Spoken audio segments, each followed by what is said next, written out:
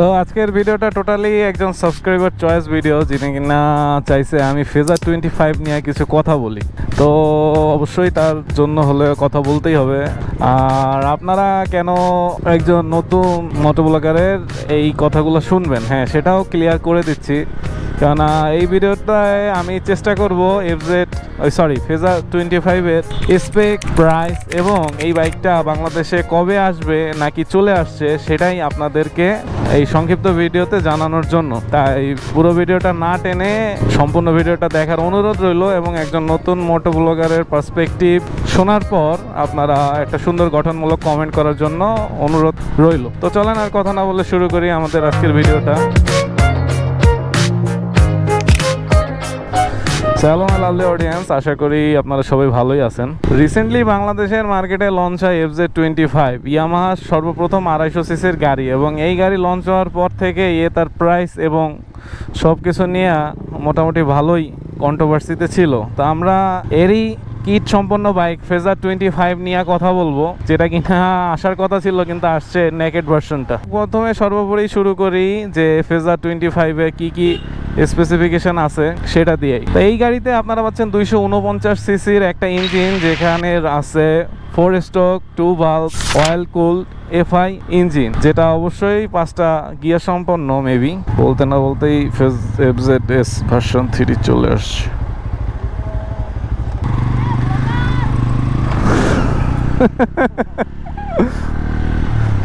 বাচ্চা বলা মজা নিয়ে নিচ্ছে। এই ইঞ্জিন থেকে আপনি ম্যাক্সিমাম পাওয়ার পাবেন হইলো 20.6 bhp পাওয়ার 8000 RPM এ, আর 20 নিউটন মিটার টর্ক 6000 RPM এ। ইঞ্জিনের ক্ষেত্রে সম্পূর্ণটাই FZ25-এরই কপি, জাস্ট কিটটা আসছে। সেকেন্ড আলাপ হইলো টায়ার সেগমেন্টে ফেজার 25 আসতেছে সামনে 100/80 সেগমেন্টের টায়ার নিয়ে, আর পিছে আছে 140/70 সেগমেন্টের টায়ার, যেখানে সামনে ব্রেক সিস্টেমে আপনি পাবেন 282 মিলিমিটারের ডিস্ক ব্রেক এবং পিছে 220 মিলিমিটারের ডিস্ক ব্রেক। অবশ্যই ডুয়েল চ্যানেল ABS সহই এই গাড়িটা আসবে। থার্ড কথা যদি বলি, সাসপেনশনের ক্ষেত্রে অ্যাজ ইউজুয়াল সামনে টেলিস্কোপিক ফর্ক সাসপেনশন নিয়ে এই গাড়িটা পিছে অফার করতেছে মনোশক সাসপেনশন। এখানেও আমরা অ্যাজ ইট ইজ জিনিসই দেখতেছি।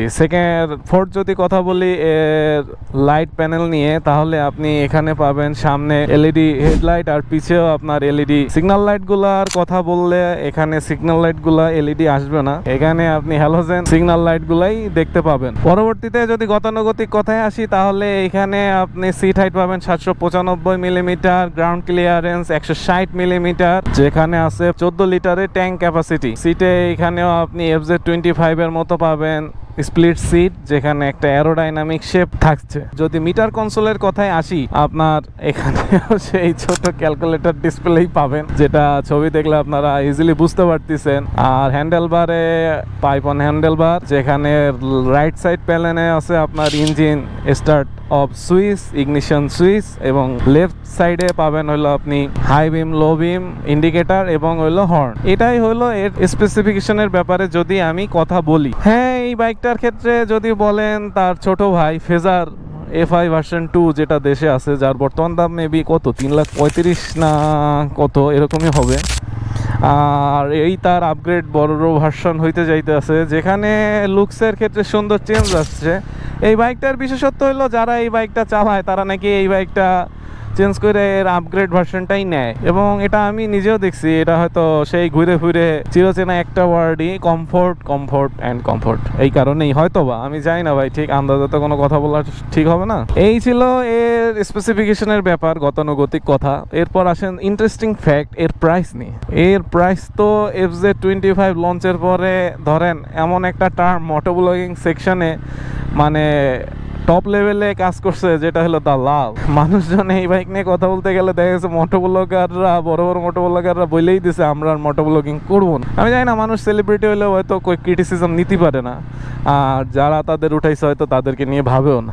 যাই হোক, এটা আমাদের কথা না। আমরা কথা বলবো যে এই দুইটা বাইকই ইন্ডিয়াতে ডিসকন্টিনিউড হয়ে গেছে, এবং ডিসকন্টিনিউড হওয়ায় FZ25-এর দাম অ্যারাউন্ড ছিল 1,33,000 টাকা, যেটা বাংলাদেশের মার্কেটে আসছে 4,35,000 টাকা হয়ে। এবং যদি ফেজার 25-এর কথা বলেন, তাহলে এর দামটা ছিল, আপনারা খেয়াল করলে দেখবেন যে 1,45,000 টাকার আশেপাশে। সেই হিসাবে যদি আমি ঐকিক নিয়মে দামটা কনভার্ট করি তাহলে ফেজার 25 এর বাংলাদেশের মার্কেটে দাম আসে 4,74,75,000 টাকা। বাট আপনারা ড্যাম শিওর থাকেন যদি এই বাইক আসে মার্কেটে তাহলে আমার মতামত বা থিঙ্কিং অনুযায়ী এই গাড়ির দাম হবে 4,99,000 টাকা। জানি না, হয়তো কমও হইতে পারে, কেননা FZ25 এর কথা তো আপনারা জানেনই। তারপর আমাদের লাস্ট পয়েন্টে যদি আসি, এই বাইক বাংলাদেশের মার্কেটে আসবে কবে নাকি চলে আসে, সেই প্রেক্ষিতে আমি সর্বোপরি যদি আপনাদেরকে এই ভিডিওটা দেখাই, আপনারা একটু দেখেন। লুকটা দেখাও দর্শকরা একটু। ভাই কবে আসবে, ভাই কবে আসবে? চলে আসবে খুবই।